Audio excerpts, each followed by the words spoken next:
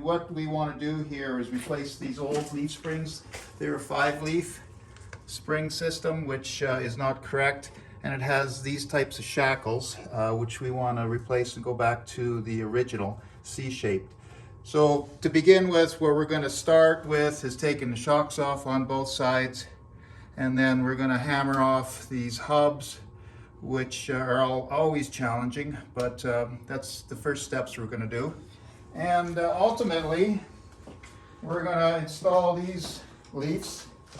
They're 9-leaf, which is to spec, and then the C-shackles, which are going to be at the rear of the Jeep, and then the pivot eye bolts will be towards the front. That's the objective, so stay tuned. To remove the shock, we have to remove both cotter pins on the top and the bottom, and then the shock will just pull right out. Both cotter pins removed, just pull off the shock and it'll pop off both mounts. And there you go, do the same step on the other side. I'll just take a screwdriver and your dust cover should just pop right off, and it does. Next is to take this cotter pin out, and then this big axle nut right in here. To remove your rear axle nut, put on one tire so the weight of the vehicle is on the tire, and that'll allow you to take this nut off and just get a breaker bar. This is your 1 7/16". Take off your washers and your nut, and now we can take off the hub. Once you have your axle nut unthreaded and the cotter pin and washers removed, you have to now install your hub puller. It's the only way to get your brake drum and hub assembly off, as this axle is tapered. And to do so, you just use 3 lug nuts to mount your hub puller, and then we'll just swing a hammer on this, which will, like that. It's already done already. This will pull your hub out. Well, this puts pressure in, and the whole hub will just fall right off. Whole brake drum and hub assembly will just pull off with the puller, and now we can continue repairing the axle. Once you get your brake drum off, you'd have to reinstall your brake drum, put the nut back on, and we'll have to put our tire back on just so we can get the other side on loose now. We put the tire back on to the passenger side, and now on the driver's side, we got the hub puller all set up. And I'll show you actually the real pounding. So here we go, we popped it. It's not a pretty job, a little bit of brute force, but it does come off. With the tire removed and the nut removed, the second hub will pull off, and there you have it.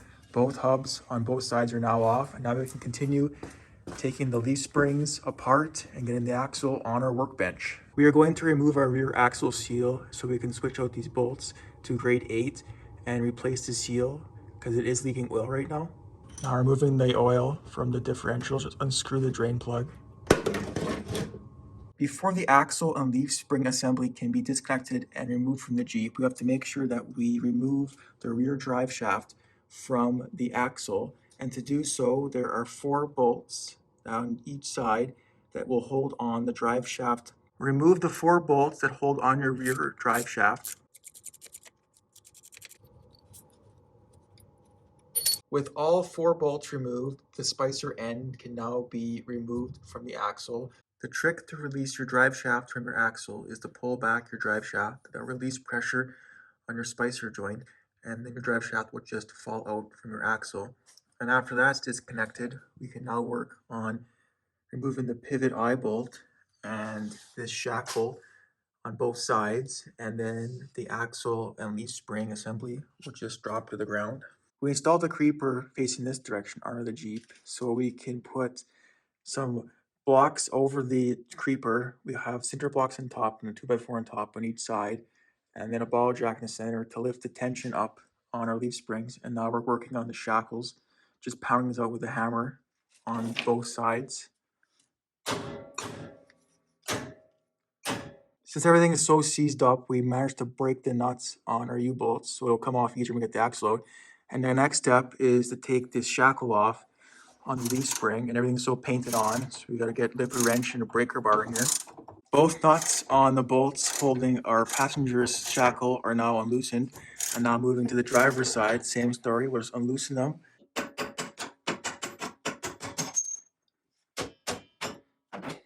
We've got that one out. Man, she's gonna go, something's gonna go. something's gonna pop. Now on the pivot eye bolt side, there's a cotter pin you have to take out, and then that will release our nut, and then we can pound out our pivot eye bolt from the leaf spring. With the cotter pin out, now unloosen the nut on the pivot eye bolt. And now the pivot eye bolt can be pounded out this direction, and it's the same step for the driver's side. There we go. Out!